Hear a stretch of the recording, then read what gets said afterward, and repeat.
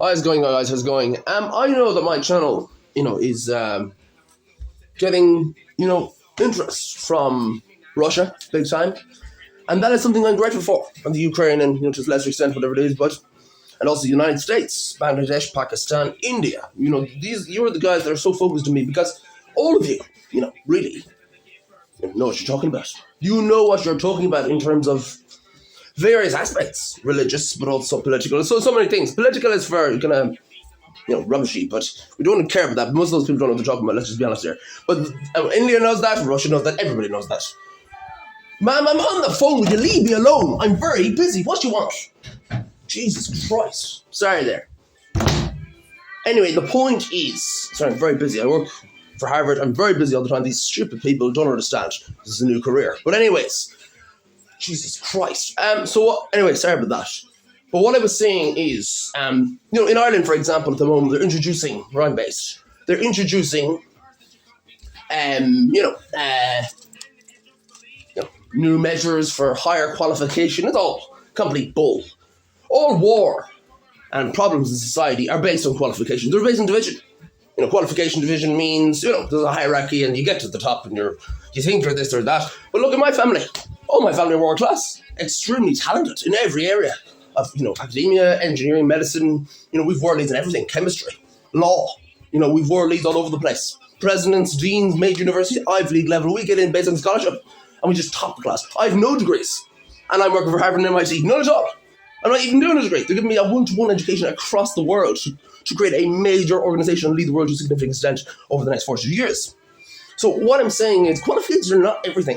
And you might think, or some people might think, oh, he's a genius, which is true. They're saying I'm a genius, the next Charles Darwin. But the point is, actually, if I'm a genius or whatever, maybe I'm able to see things that other people can't see. But guess what? Everybody can do that if they're present, because a child does that all the time before trauma. They see opportunities and they play in regards to that, creatively. A huge imagination, but not identified imagination. They don't suffer unless they're traumatized. Because suffering is created out of living in a dream about a memory or multiple memories in the past when there's a problem in the past, projecting yourself into the future and going around in circles trying to solve that suffering. That's called an illusion. It's also called someone trying to destroy the mind to remove suffering, and they can't do that because they're going objectively. The only way of destroying it is looking through, and actually through a golden ratio, allowing it to dissolve itself into nothing, which is called a realization. And then everybody, depending on the age, needs, 100,000 realization to go to 300,000. Maybe more if you're a genius, because the autistic people, which are the genius type I'm talking about, they have way higher trauma because their energy levels are much higher. And the law of attraction or repulsion pulls things much more intensely. Especially the projection outward is much more intense. The projection inward is actually less intense, but it's very confusing because we report social skills. And obviously trauma is related to the social environment, so it's a complex thing. But that's evolution of knowledge in the future to do how we treat people. We won't get into that now because that is a new field, really.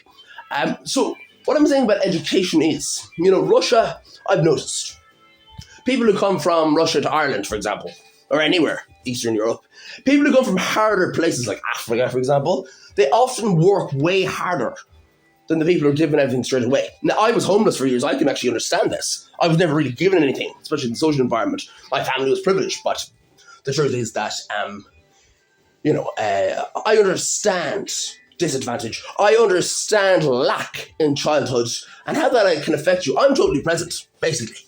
No suffering at all, for 7 years. But for the rest of my life, even though I'm totally present, which is a virtuous master, the truth is that my childhood will always affect me. And what life is about in regards to that, like qualification, they think that's wrong, it's skill and ability. That's what it is. There's natural ability. No, there's natural ability and there's acquired ability. But there's also natural skill and acquired skill. And natural skill is really what we've got to get our children to focus on. A parent says, oh, no, don't do that. Nobody in the family is good at music. Don't do it. But the child is playing music 9 hours a day. They're so passionate. Oh, no, don't do that. Become a doctor, engineer, whatever it is. No, go into politics, whatever it is. No, we got to let the child move by themselves because, you're a different person to your child. If they're passionate, if they're being creative, being brilliant, being so absorbed, let them do it, provided it's a healthy thing. There's nothing wrong with playing the saxophone. There's nothing wrong with playing the drums. It could lead somewhere, especially if they're doing so well, you might leave them. So this is what the problem we have.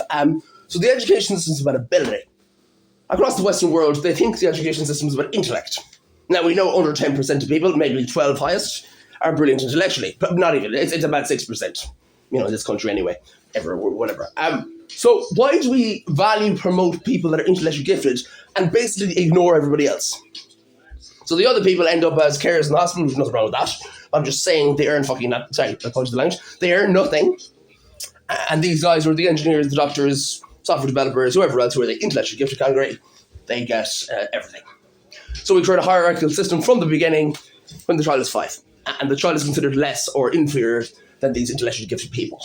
That's what we're doing. When we should actually be focusing on ability. If it focused on ability in the first place, I guarantee you, by the age of 10, 11, 12, we'll have kids in this country or any country, first world especially, because the support is there, becoming entrepreneurs, and they'll be millionaires within a short time. And that's very useful because that means, and this is the last thing I'll say in what I'm saying is, me, Harvard University, MIT, we predict in 2024 a major, the biggest ever, global recession in world history. 80 to 90% chance it's going to happen this year. It will definitely happen next year, in my view. If it doesn't happen this year. This means that in all first world countries, we expect 32 to 49% range of immediate unemployment, which means no food across the world, or whatever, for a lot of people, just like that. And it'll be a global. So it's a major year this year. And what that actually means, the solution is we have to make all individuals on earth, not just poor people, not just children, not just people in school, teenagers. Everybody has to create multiple income streams online. The only way of doing that is you can't let everyone do it as a system, as a qualification. You can't do that because it wouldn't work. They wouldn't make any money. Because entrepreneurship is all about individual proclusion. It's all about individual contribution, meaning you have to focus on your natural abilities and acquired ones as well, in line with your natural, not randomly like people are doing, which is just useless. Oh, let's go into a law. It means nothing to me. I don't know what it is. No. That has to be in line with what you're actually good at or want to do actually, not based on a child that you... But that's right, I get that, but... The children one is fine, responsibility, but all these other responsibilities, I want to have some meaningless thing in 40 years' time that's never going to happen. No. I understand if you have children and you have good cause for that, but children are the only responsibility I allow for anyone to consider doing anything that's a risk. They're allowed to, do what's needed for that to happen, but for children, I understand it's a huge responsibility. But if you're on your own and you have to pay your rent, pay your food, you should listen to me. It's that simple. Because your life certainly will change. Because I'm so well connected, I'm the top person, I'm the top dog. Harvard calls me the AI wizard.